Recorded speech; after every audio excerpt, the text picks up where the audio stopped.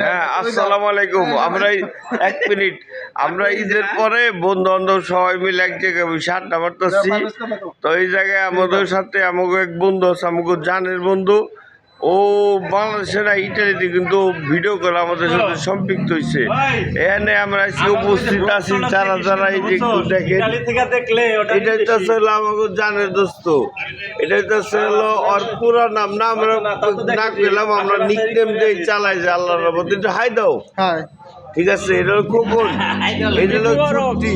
ঠিক আছে, এই যে হলো পারভেজ, এই যে পারভেজ ঈদ মুবারক। আর হলে এই যে আমাকে জানের দোস্ত, আমার ভিডিও কলে অ্যাড হয়েছে আমাকে আর ইতালি প্রবাসী। হ্যাঁ, ইতালি প্রবাসী। হাইতে একটা দোস্ত দাও।